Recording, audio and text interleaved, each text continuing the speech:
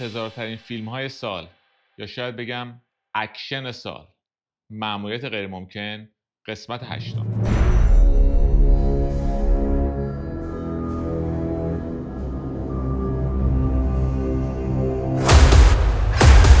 خوش اومدید به مووی دیلر. اینجا و تو این برنامه میخوایم بررسی کنیم فیلم جدید مأموریت غیرممکن. بعد از این همه انتظار ببینیم که این فرانچایز به کجا رسیده بعد از 30 سال و 8مین فیلم خودش.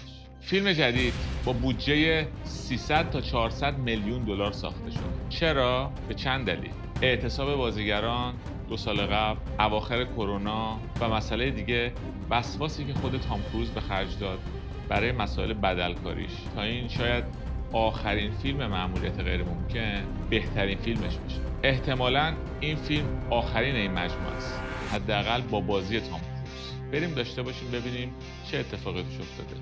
خلاصه داستان بدون اسپویل. بعد از به دست آوردن اون کلید 4 گوش مرموز تو قسمت قبلی، ایتن هانت و تیمش حالا باید بفهمن این کلید به کجا میخوره. یعنی لوکیشن اون زیردریایی مخفی که در اعماق دریاست و منبع اصلی قدرت اون هوش مصنوعی خطرناک به اسم انتیتی به حساب میاد. در حالی که قدرت‌های جهانی دنبال تصاحب کنترل این موجود دیجیتالی هستن، ایتن باید قبل از همه به اون زیردریایی برسه تا نذاره انتیتی آینده دنیا رو به نابودی بکشه. اما هر قدمی که برمی‌داره با خیانت، فریب و تصمیم‌های شخصی سخت همراه و شاید این مأموریت آخرین مأموریت ایتن هانت باشه. خلاصه داستانو شنیدید؟ هیچ چیز کم و زیادی نسبت به قسمت‌های قبلی نداشت. این قرار بود آخرین فیلم از این مجموعه باشه با تبلیغات بسیار زیاد، مخصوصاً مانور روی بدلکاری‌های تام کروز. آقای تام کروز، من برات ویدیو ساختم، من برات وقت گذاشتم دوستان. این بالا این ویدیو رو میذارم که دوستانی که ندیدن ببیننش. شما یکی از بهترینا هست. من خودم از طرفدارای پرخ و قرصتم. تو بدلکاری، تو بازیگری، به ستاره‌ای 40 ساله که ستاره. ولی این اون فیلمی نبود که باهاش این مجموعه رو به پایان ببره. این اون فیلم نبود و الان میگم چرا. بشینید به همراه من باشید و در آخر از 8 به 1 دونه دونه بهتون معرفی میکنم بهترین فیلم های این مجموعه رو، حالا که به پایان رسیده بعد از 30 سال. این تبلیغات مدام شما راجع به بدلکاری های تام کروز میشنوید. اول از همه بهتون بگم فیلم 170 دقیقه است، یه چیزی در حدود 3 ساعت و این 3 ساعت شاید پیش خودتون بگید که کلی صحنه اکشن داره، کلی اتفاق توش میفته، کلی هیجان داره. ما داریم میریم یه فیلم با بودجه 400 میلیونی ببینیم از مورد انتظارترین فیلم های سال با بازی تام کروز. دیگه از این فیلم بزرگتر، رو پرده بزرگ، رو صفحه بزرگ، رو هر چیز دیگه. ولی نه، واقعا این فیلم اون نیست. خلاصه داستان چیز زیادی نداشت. دوباره یه مأمور، یه مأموریت، نجات جهان و همه حرف. مورد اول، در حدود 70 دقیقه اول فیلم به دیالوگ میگذره. دیالوگ. راجع به چی؟ مسائلی که اصلا برای ما مهم نیست. راجع به چی؟ راجع به مسائلی که سعی میکنه این فیلم رو به فیلم‌های قبلی مأموریت غیرممکن وصل کنه. داره به ما میگه که این فیلم آخره و میخواد کل این داستان رو جمع کنه. ولی ما اصلا باش همراه نمیشیم.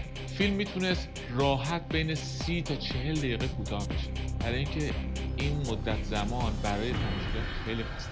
تماشاگر اومده یه فیلم پاپکورنی سرگرم کننده اکشن ببینه، لذت ببره. نیومده خیلی فکر بکنه، نیومده مسئله حل کنه، اومده لذت ببره. ولی این مدت زمان، این همه دیالوگ تماشاگر رو خسته میکنه. کلی دیالوگ توی فیلم هستن که شبیه گزارش‌های امنیتی هستن، نه فیلم سینمایی و دیالوگایی که بین هم رد و بدل میشه. این دیسکو بگیر، اون هاردو بده، من بعد دنیا رو نجات بدم و این حرفا تکرار میشه و من و توی بیننده خسته. He gassed a security briefing. یکی دیگه از مشکلاتی که فیلم داره اینه که شخصیت‌ها به اون اندازه‌ای که باید و شاید بهشون پرداخته نمیشه. شخصیت‌های فرعی منظورم. سایمون پگ و وینگ ریمز همون دو تا شخصیتی که همیشه همراه تام کروز هستن توی فیلم‌های گذشته، یه جورایی دستیارشن، بهش کمک میکنن، کارهای فنی رو انجام میدن. اینجا هم هستن. یه کمی داستان احساسی هم میشه راجع به اون، ولی در همین حد به عمق نمیره. خیلی ما این شخصیت‌ها رو نمیشناسیم. یه سری آدم کنار تام کروز هستن و انگار فقط میخوان کمکش کنن تا یه صحنه اکشن رو بازی کنه. احساس میکنی همه شخصیت‌ها دارن یه وظیفه رو انجام میدن. همه دارن کمک میکنن که تام کروز یه صحنه بدلکاری انجام بده. یعنی فیلم به جای اینکه شخصیت محور باشه، صحنه محوره. همه منتظر یه صحنه هستن. ولی فیلم دو تا سکانس میشه گفت اکشن با بدلکاری خود تام کروز و این دو تا سکانس عالی عذاب داره. نمیشه منکر این همه زحمت شد. سکانسی که تام کروز غواصی میکنه و به زیر آب میره و سکانس نهایی، این دو تا سکانس از حق نگذریم، عالی عذاب در اومد. نمیتونم بهتون بگم این دو سکانس فیلمو برای من نجات دادن یا نه.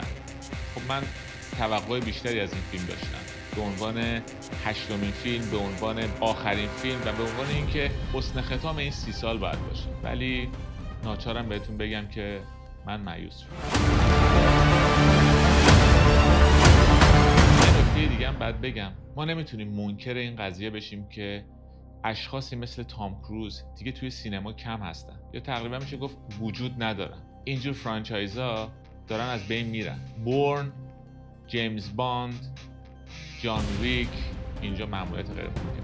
اگر نگیم آخرین، احتمالاً آخرین فیلماشون هستن که توی این سالها میاد. ماها عاشقشیم، ماها عاشق این فیلم‌ها شدیم، ماها با این فیلم‌ها زندگی کردیم. یه جاهای مایوس میشیم. چیکار کنیم؟ دوستشون داریم و اگر دوباره فیلم بسازن میریم ببینیم. This can't all be true. در آخر میخوام بهتون از رتبه 8 به رتبه 1 نظر خودم رو بگم راجع به بهترین فیلم‌های این مجموعه. کدوم ضعیف‌ترین بود و کدوم قوی‌ترین. فیلم 8 و به نظر من ضعیف‌ترین فیلم این مجموعه همین فیلمی بود که متاسفم آقای تام کروز این ضعیف‌ترین فیلمش. فیلم 7 میشن ایمپاسیبل 2 محصول سال 2000. این فیلم از اون تیپ کاراست که یا عاشقش میشی یا نمیتونی تحملش کنی. جان وو اومده بود فیلمو از یک فیلم جاسوسی تبدیل کنه به یک موزیک ویدیوی اکشن و کبوتر و اسلو موشن و عینک دودی. تام کروز خوشتیپ بود؟ بله. داستان قوی بود؟ نه. فیلم 6 دد رکانینگ پارت 1 محصول 2023. شروعش خیلی هیجان انگیزه ولی یکم که جلو میره حس میکنید توی کتاب راهنمای امنیت سایبری افتادید. کلید طلایی و ارجاع به فیلم‌های قبلی و واسش فیلم خیلی پیچیده میشه. اکشن عالیه، مخصوصا اون تعقیب ماشین کوچیک توی روم، ولی یه چیزی تو داستان گم شده، یه انسجام که آدمو بچسبونه به صندلی. رتبه 5 میشن ایمپاسیبل 3 محصول 2006. جی آبرامز اومد و فرانچایز رو از مرز نابودی کشید بیرون. ویلن فیلم یعنی فیلیپ سیمور هافمن یه جور سرد و بی‌احساس و ترسناک بود. دقیقا همون چیزی که این سری لازم داشت. تام کروز تو اوج احساسات شخصی هم قرار داشت ولی خب هنوز تا نقطه اوج خیلی فاصله. فیلم 4 گاست پروتوکل شبح پروتوکل محصول 2011. برج خلیفه. واقعا فقط همون یه صحنه میتونه باعث شه این فیلم بیاد بالای لیست. تام خودش آویزون شد از بلندترین ساختمون دنیا. واقعا کار احمقانه‌ای بود ولی درخشان عذاب در اومد. کل فیلم یه ریتم خوبی داره ولی پایانش یکم معمولیه. ویلن هم خیلی درگیر کننده نیست. رتبه 3 روگ نیشن محصول 2015. اینجا همه چی شروع کرد قشنگتر شدن. شخصیت جدید ایلزا فاست با بازی ربکا فرگوسن معرفی شد که کلی عمق داد به داستان. سکانس اپرای وین هیجان خالص، هم ریتم عالیه، هم داستان پیچ و تاب داره، هم اکشنا بجاست. رتبه 2 مأموریت غیر ممکنه شماره 1 محصول 1996. اینجا جادوی اصلی اتفاق افتاد. برای اون زمان ترکیب هیجان، تعلیق، دلهره و داستان جاسوسی کلاسیک بی‌نظیر بود. سکانس معروف آویز شدن از سقف هنوزم یکی از نمادهای سینماست. موسیقی، فضای رمزآلود و کارگردانی استاد برایان دی پالما، یه اثر کالت واقعی. رتبه اول و به نظر من بهترین فیلم این مجموعه فالاوت یا سقوط، محصول 2018. این فیلم فقط یه اکشن نیست، یه سینمای کامل و درگیر کننده است.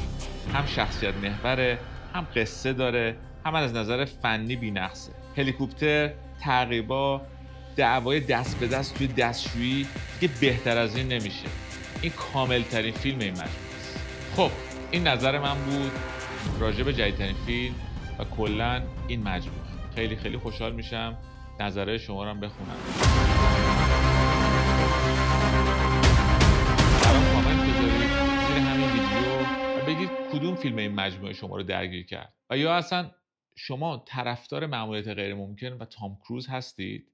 اینجور فیلم ها رو دوست دارید؟ نظراتتون رو با من به اشتراک بذارید. لایک و سابسکرایب و زدن اون زنگوله رو اگر دوست داشتید بزنید. اگر دوست نداشتید بازم بزنید.